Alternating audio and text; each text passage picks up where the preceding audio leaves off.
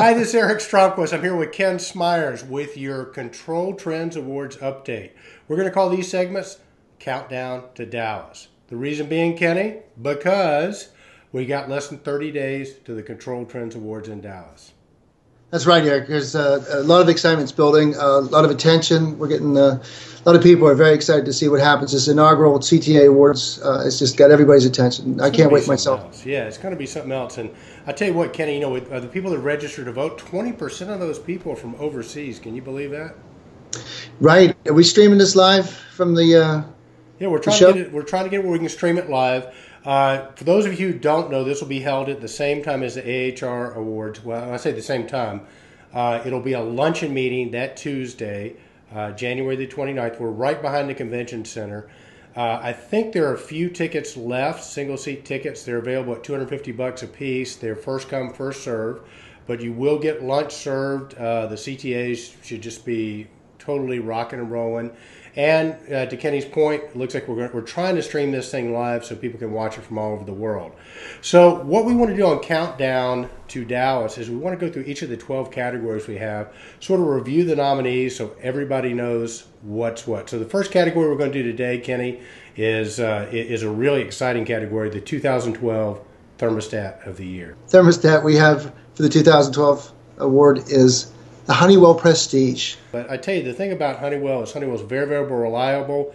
Their Prestige product line is wireless. You can connect to it through the internet. And what I like about it, Kenny, is it's kind of a big platform where you can actually hang other stuff on it.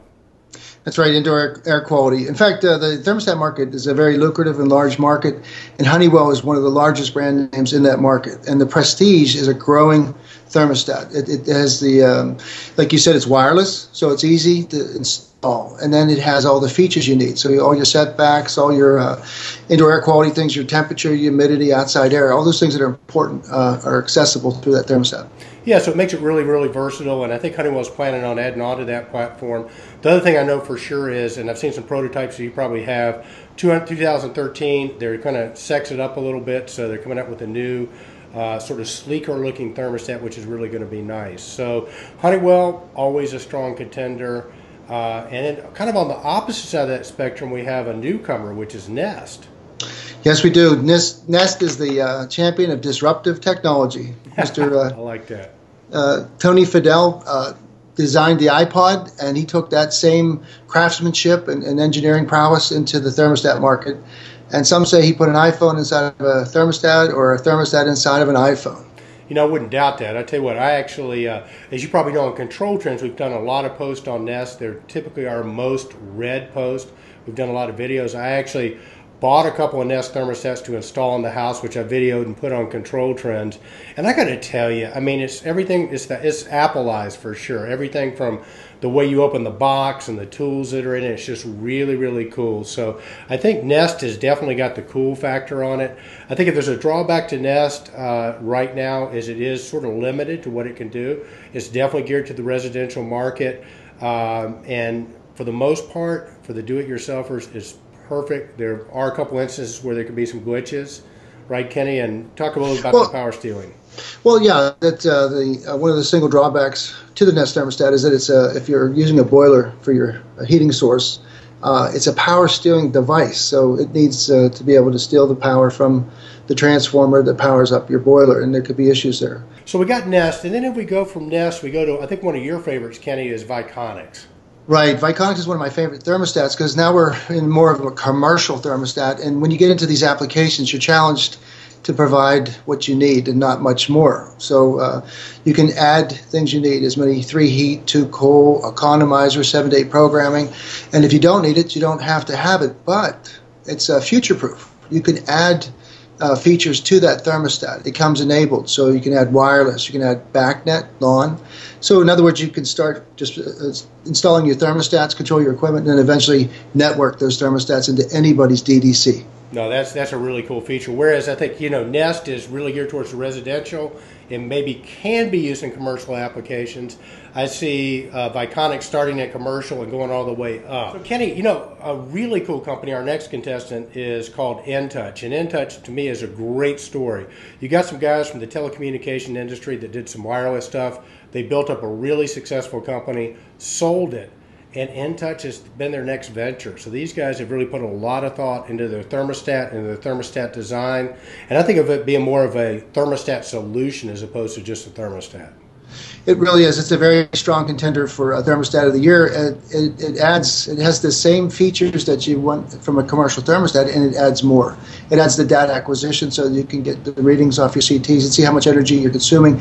It is particularly strong in the mall markets, the school, the portable classroom markets, churches, and it really fills a great niche. It's web-enabled, and it's SPACnet, and it's ready to go. It's a very strong contender. Yeah, I've talked to some systems integrators, and they're not seeing many big structures built anymore. They're seeing a lot of smaller structures, which some of the traditional BAS systems would just be overkill for. So it seems like Entouch is really hitting the sweet spot on that. And like you said, the fact that you can hook CTs up to it and monitor inputs and outputs, and they got a really sweet front end on that too. So it's a low-cost solution for light commercial. I think these guys are going to be strong. If there's a downside to it, Kenny, I think it's just that people haven't heard of Entouch yet. It's very user-friendly. Yeah. Very. Yeah. I mean, it sounds like it can do too much, and I think people shy away from things. But it's not complicated. It works very well. And Eric, that brings us to our last thermostat, the Ecobee thermostat. Ecobee, yes. Stuart Lumbar is known as a green vendor. He's very much alive in that program, and you know him as well as anybody. Yeah, well, no, Stuart, well, I actually don't know him that well yet. I know of him. Stuart is kind of an interesting guy. He's actually up for a couple of CTA awards, but Ecobee's out of Canada, and I guess Stuart, very much like Tony Fidel, wanted to come up with a thermostat that was easy to program, intuitive, and to understand. I think they got a beautiful screen. In fact, the Ecobee thermostat is a thermostat that seems to be able to play very well in both markets, the commercial and the residential.